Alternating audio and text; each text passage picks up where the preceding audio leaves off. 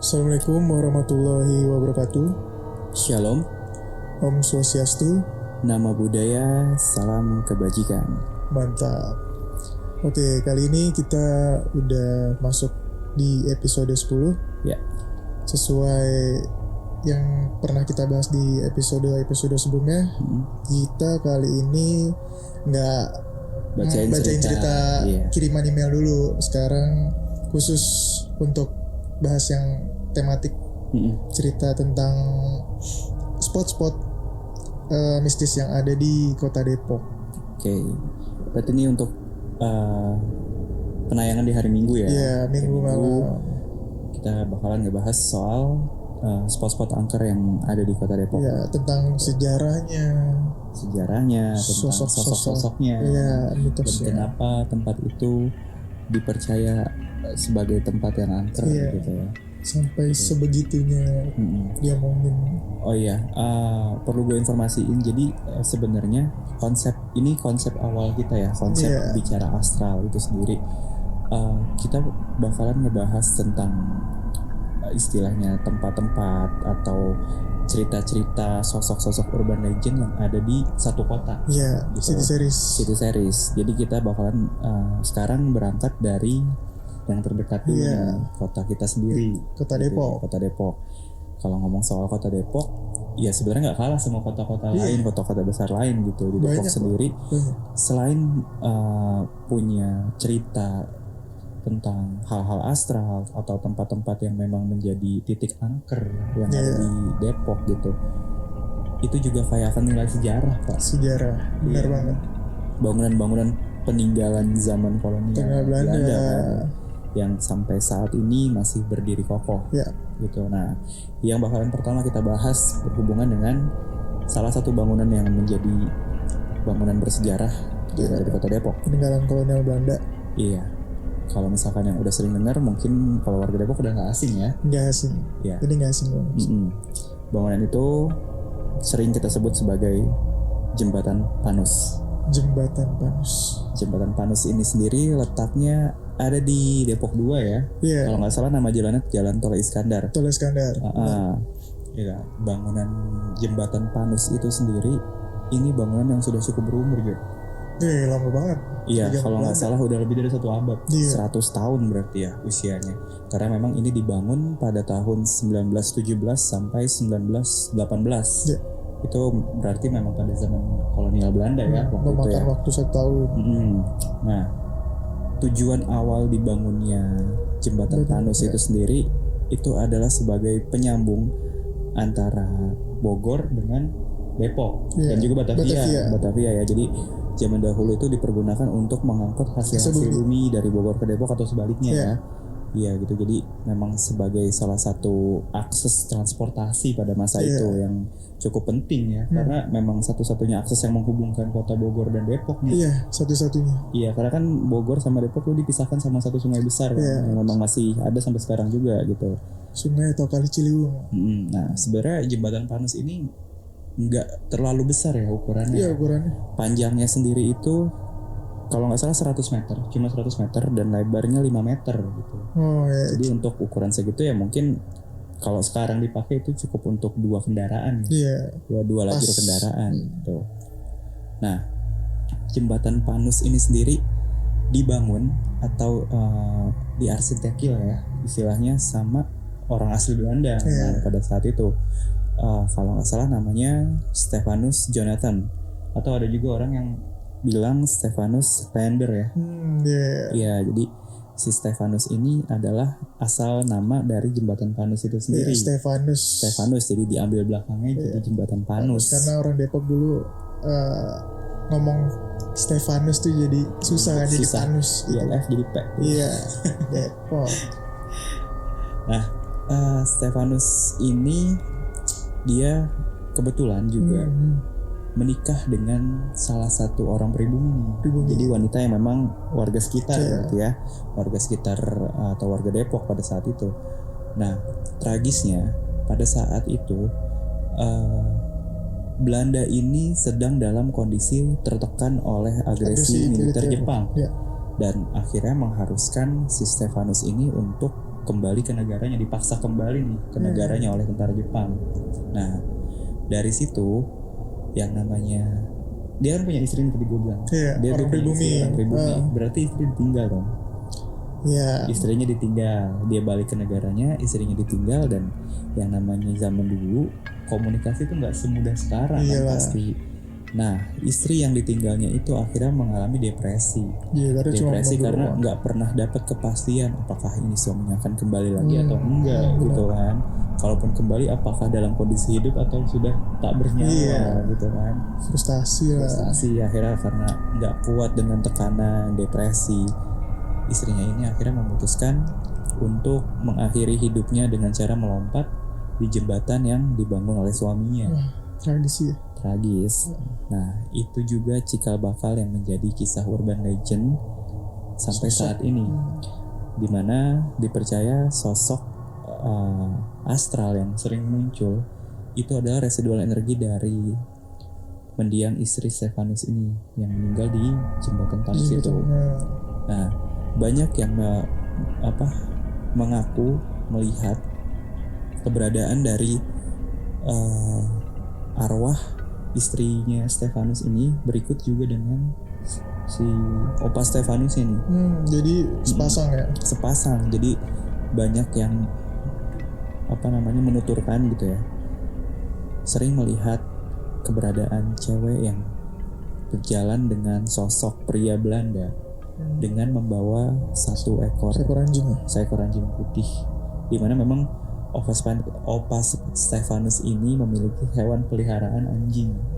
Nah, jadi itu kayak semacam anjing kesayangannya gitu Pak waktu itu. Dan sekarang menampakkan diri ya residual energinya sekarang berulang. Kegiatan yang lalu. Biarpun mungkin dulu pas hidupnya dia udah terpisah tuh ya, antar negara, antar benua kan. Pas udah meninggal bersatu kembali kayak everlasting love gitu. Jadi si mendiang Stefanus Jonathan dan istrinya ini masih banyak yang bilang masih kerap muncul di jembatan yang dibangun sama Stefanus ini dengan membawa satu ekor anjing. Urban legendnya seperti itu. Terus apa lagi ya?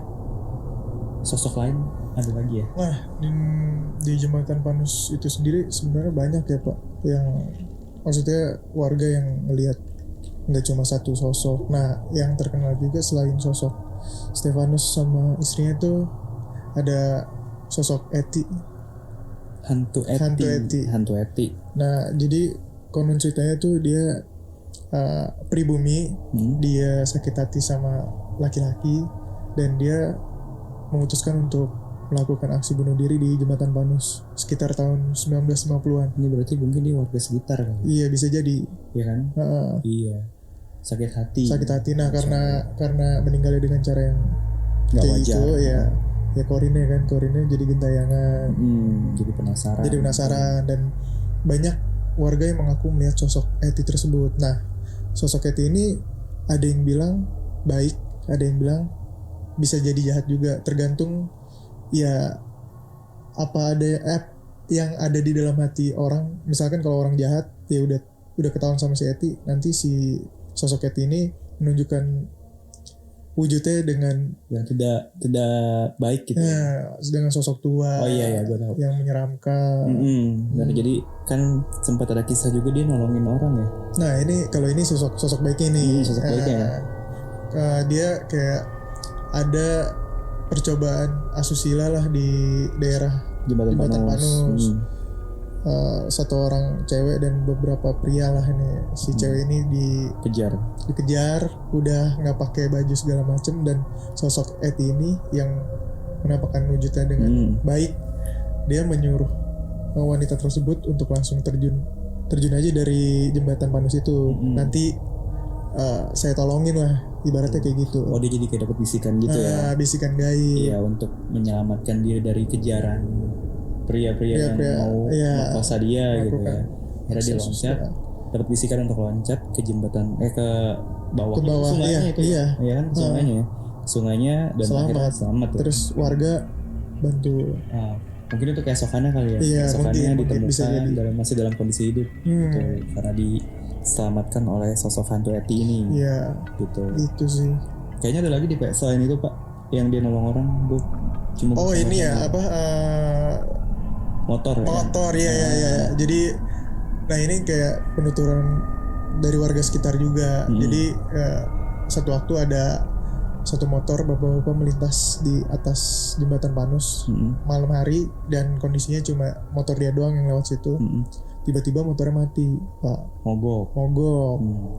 Lagi mogok, terus tiba-tiba ya ngecek lah segala macem. Tiba-tiba konon ceritanya ada sosok si Eti ini mendekat sosok Eti yang baik. Ditanya kenapa motornya mati lah segala macem. Nah terus si sosok Eti ini bilang, sebentar ya Pak, saya mau ke bawah jembatan dulu. Nah nggak tahu kan bapaknya. Padahal ke bawah jembatan ngapain? Nah malam-malam ke bawah jembatan. Nah terus udahlah dari bawah dia langsung ke atas dengan membawa sabun dan sebatang lilin. Dia kasih ke bapaknya. Ini bilang, ini Pak, coba dibetulin motor.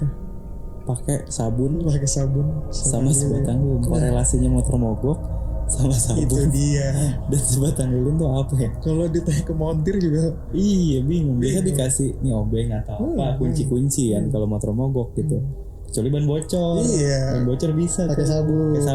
Nah ini menurut ya ceritanya sih kayak gitu. Nggak tahu gimana ceritanya. Ya pokoknya itu kepercayaan masyarakat sekitar lah ya, kisah terus, yang sudah dipercaya gitu. Terus habis dibenerin, si Etinya bilang, saya boleh numpang gak Pak sama Bapak? Ikut. Iya numpang motor lah ibaratnya. Bonceng. Ya segitu sih kalau cerita menurut warga sekitar jembatan Panus itu ya. Tapi sekarang itu jembatan Panus kan ada yang baru nih ya. Jembatan barunya kan. Jembatan baru. Jadi kan dulu pas tahun 90 kalau nggak salah itu dibangun jembatan yang sekarang. Yang baru ya. Yang sekarang jadi jalan utama karena kan jembatan Panus yang lama itu udah nggak jadi jalur utama kan sekarang kan hanya kayak orang-orang warga kampung sekitar situ yang pakai yang lewat lalu lalang. Ya karena mungkin karena ukurannya juga kecil kan. Terus dibangun lagi jembatan yang baru tuh. Nggak jauh dari utamanya cuma berapa puluh meter palingnya jaraknya ya. Itu yang jadi jalan utama sekarang. Itu kalau orang Depok pasti yang mau ke Depok 2 atau yang rumahnya di Depok 2 mau ke Margonda lu pasti ngelewatin situ tuh Pak. Jembatan yang baru ya? Jembatan yang baru. Iya. Nah kalau ngomong-ngomong jembatan dulu yang baru. Dulu sekolah kan lewat situ juga. Sama. Kan kita Depok 2. Naik angkotnya 02 tuh. Kita warga Depok 2 pas SMA. Itu. Terus ada lagi kisah apa lagi? Ini masih ngomongin Panus yang lama ya. Masih Panus yang lama. Nah jembatan Panus yang lama ini ya nggak dipercaya sih banyak kejadian aksi membuang mayat di sekitar situ karena di bawah jembatan itu kan aliran sungai lumayan deras ya. Lumayan deras. Jadi banyak Sungai Ciliwung. Ya Sungai Ciliwung. Jadi banyak mayat-mayat yang dibuang di situ katanya. Iya. Mayat-mayat korban. Dimasukin karung. Iya biasanya. Gitu. Emang kayak udah nggak tabu sih, kayak banyak ditemukan. Terus juga mayat. Banyak cerita dulu itu Pak di jembatan Panus tuh sering terjadi kecelakaan. Ya kecelakaan. Gitu. Nah terus karena sering terjadi kecelakaan, warga sekitar meyakini itu karena ada gangguan atau ada pengaruh dari makhluk-makhluk gaib yang ada di situ. Gitu akhirnya ada kuncen setempat yang memang waktu itu gue pernah dengar ceritanya. Jadi dia memang kayak ditugasi gitu, entah oleh siapa. Jadi bukan kuncen sih, kayak orang yang menjaga. Dipercaya ya. Di jembatan Panus itu dia memberikan sesajen di bagian bawah jembatan itu di satu malam tertentu gitu. Tujuannya itu untuk supaya nggak terjadi kecelakaan lagi. Menjaga makhluk-makhluk itu tidak mengganggu pengendara yang lewat di jembatan Panus. Berarti dikasih makan ya. Iya, karena gitu. Tapi memang ada impact itu Pak setelah dia melakukan memberi sesajen itu udah nggak ada lagi kecelakaan yang terjadi gitu di jembatan Panus. Gue denger sesajinya tuh kayak ayam sepasang ya. Ayam sepasang, gitu lah pokoknya. Ya sesajen yang pada umumnya lah. Gitu. Terus pesugihan. Ya, jadi tempat pesugihan itu tuh di bawah jembatan Panus. Katanya tuh konon ceritanya ada air yang nggak pernah kering, mata air yang nggak pernah kering.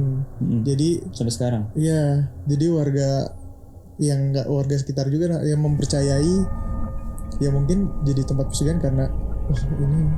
Iya.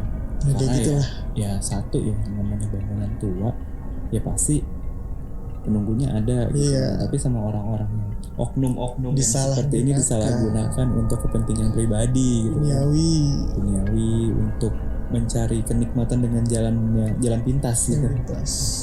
Biar cepet. Terus nah kalau misalkan bicara soal jembatan Panus ya mungkin itu yang paling terkenal kisah-kisahnya itu ya. Yang tadi gue bilang, yang tadi gue ceritain juga. Nah jembatan yang baru itu juga nggak lepas juga nih dari cerita mistisnya. Nggak kalah serem. Iya, biarpun itu jembatannya sebenarnya rame ya. Iya. Jam berapapun pasti ada aja gitu. Cuma ya mungkin kalau tengah malam memang udah sepi banget. Nah pernah ada cerita tuh Pak. Ini temen gue sih cerita waktu itu abis balik ekskul di sekolah ya. Nah dia lewat situ tuh naik mobil. Nah pas dia lagi mau di ujung, jadi dia dari arah Depok 2 mau ke Margonda gitu kan. Pas udah di ujung jembatannya itu tiba-tiba ada yang nyebrang gitu kan. Waduh.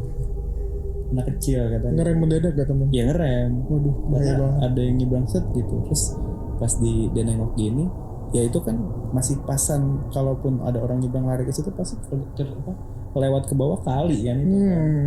Ya udah pas dia nengok ke kanan nggak ada apa-apa. Gitu. Hilang ya. Udah hilang. Nah, lanjut jalan berapa meter dia jalan dari situ. Terus tiba-tiba ada yang numpang di belakang mobil ngelihat dari spion tengah gitu. Anak kecil yang tadi dia lihat nyebrang itu Pak.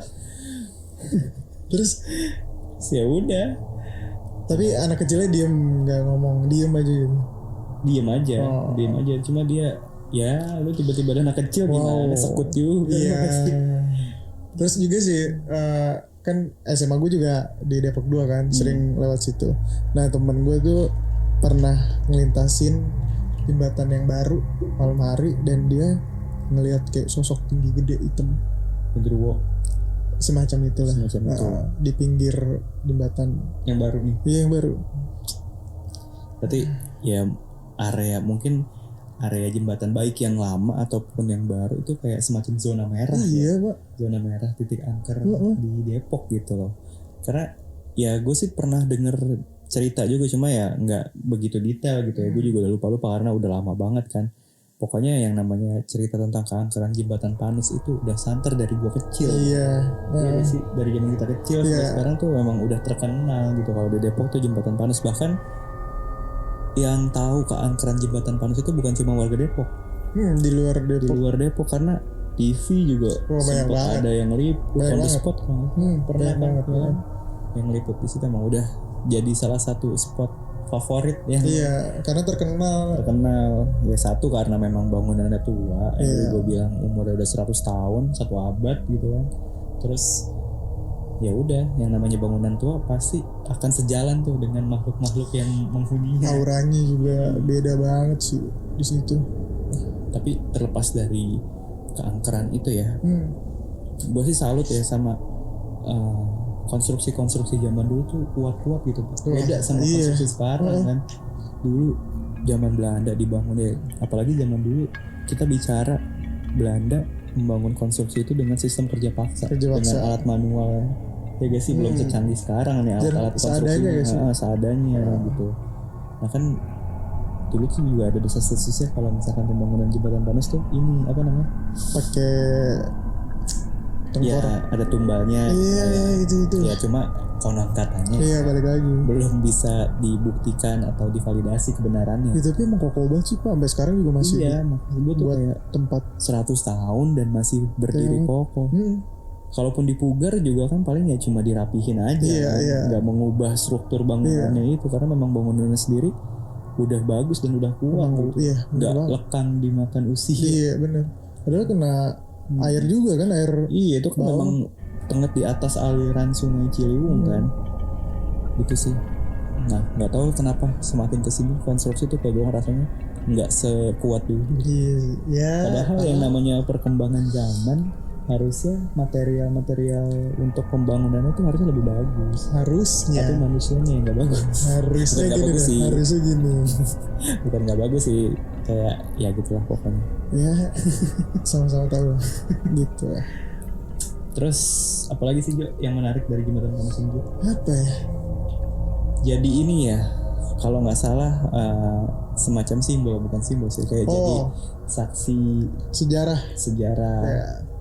Tentang pembebasan 12 keturunan budak ya. Iya, keturunan budak. Iya, 12 marga. Kalau yang orang Batak pasti pernah denger ya. Iya, 12 marga keturunan budak yang dibebaskan sama siapa namanya? Cornelius Castellan. Ya, itu dia. Kalau nggak salah ya. Gue lupa ingat sih. Ya pokoknya itulah kayak ya saksi sejarah. Iya. Si Cornelius Castellan itu tuh ya orang yang cukup berjasa ya sebenarnya atas pembangunan kota Depok. Terus orang-orang yang ada, warga-warga yang ada di Depok itu disemakmurkan dulu kan sama dia kan. Gitu. Ada lagi mungkin tambahannya dari cerita Jembatan Panas? Kayaknya mungkin lu punya pengalaman sendiri gak? Kalau gua sih enggak ada ya. Cuma emang cerita-cerita aja. Iya. Tapi lu pernah kan ngelewatin jembatan yang lama? Sering. Yang lama loh. Yang lama nggak sering, pernah beberapa kali. Pernah pasti. Gue kalau malam sih gue nggak pernah ya. Cuma dulu waktu gue SMA, gue pernah lewat situ habis balik ekskul. Gue dulu ekskul Harate nih, gue SMA. Balik maghrib, gue lewat situ karena gue ke tempat teman gue dulu di Villanovo. Kan dekat Villanovo tuh. Nah baliknya lewat situ tuh pas mau ke jalan utama. Emang gimana gitu? Iya, emang auranya tinggi banget gitu. Itu padahal belum gelap, kayak masih jam 5:30 atau jam 5 gitu. Kayak anjir gitu. Terus kayak ya udah gue baca-bacaan aja lewat situ. Itu Villanovo, Bukit Novo sih? Iya pokoknya Bukit, gitu. Itu lah atau Villanovo gitu. Lupa gue. Iya. Itulah. Ya cobain deh kalau misalkan yang sampai sekarang sih auranya enggak. Ya mungkin kalau sekarang nggak sesepi dulu tapi tetap aja lah. Tapi gelap gak sih? Kalau dulu kan sempet nggak ada lampu. Sekarang udah mulai terang. Gue udah lama sih nggak pernah lewat situ lagi. Sekarang udah mulai terang. Lagi malam. Kayaknya udah dipugar juga ya. Iya di cat lagi. Ya bagus sih maksudnya. Ya memang itu harus dijaga gitu. Itu kan peninggalan sejarah. Dan kesan angkernya. Biar kesan mistisnya atau apa namanya ya. Jangan dipandang itu sebagai jangan ditakutin lah tempat-tempat yang justru untuk dihindari. Malah itu untuk dilestarikan sih. Bagian dari sejarah ya udah mungkin ya oke deh itu kali ya pembahasan tentang Jembatan Panus atau spot titik angker pertama yang ada di kota Depok yang masih pertama nih ya. Masih pertama. Saya ada selanjutnya. Masih banyak tempat-tempat angker di Depok yang bakalan kita ulas nanti ya. Selanjutnya nanti dalam rangkaian City Series dalam segmen Bicara Astral ini nih bakalan memang ngebahas soal tempat-tempat angker, terus cerita-cerita urban legend di setiap kota gitu. Nah, di Depok ini yang pertama Jembatan Panus, yang kedua nanti di episode berikutnya juga bakal kita bahas yang nggak kalah seru. Ya ini udah terkenal juga. Pokoknya tetap pantengin channel kita, stay tune di YouTube Bicara Astral dan juga di Spotify aja kalau yang lebih senang dengar audionya aja gitu. Terus jangan lupa juga kalau kalian punya cerita terkait pengalaman astral bisa kirim ke email kita di bicara.astral@gmail.com. Terus untuk media sosial kita juga ada di mana Jo? Di Instagram dan di Twitter. Di Twitter ya. Kalau yang mau cerita malas email boleh DM juga lah ya. Boleh banget. Boleh banget. Terus udah. Jangan lupa apa Jo? Kita nggak pernah capek untuk ngomongin. Jadi sebenarnya sih enak sih. Karena kita kayak masih receh banget nih. Tapi ya udahlah. Namanya usaha aja. Jadi kalau emang kalian suka, apalagi warga Depok ya. Khusus warga Depok nih dikhususkan. Iyalah, kita membawa nama saling Depok. Support. Jadi kalau kalian suka dengan video kita, jangan lupa di subscribe, di like, di komen. dan di share, dibagikan ke grup-grup WhatsApp, ya, grup kalian masing-masing. Pokoknya ke tongkrongan lah ya. Iya. Jadi kalau berguna kan harusnya ya dibagi. Iya, informasi yang bermanfaat itu dibagikan supaya manfaatnya tidak dirasakan sendiri. Iya. Gitu. Benar banget. Oke. Kita sudahi untuk episode ke-10 ini. Episode ke-10. Sampai ketemu lagi di episode 11 ya berarti ya. Nanti bakal ada yang seru-seru lagi di setiap episodenya. Tungguin aja di YouTube ataupun Spotify-nya Bicara Astral. Oke. Dari gua Aska sekian, pamit undur diri. Dari gua Reza pamit. Assalamualaikum warahmatullahi wabarakatuh. Salam Bicara Astral.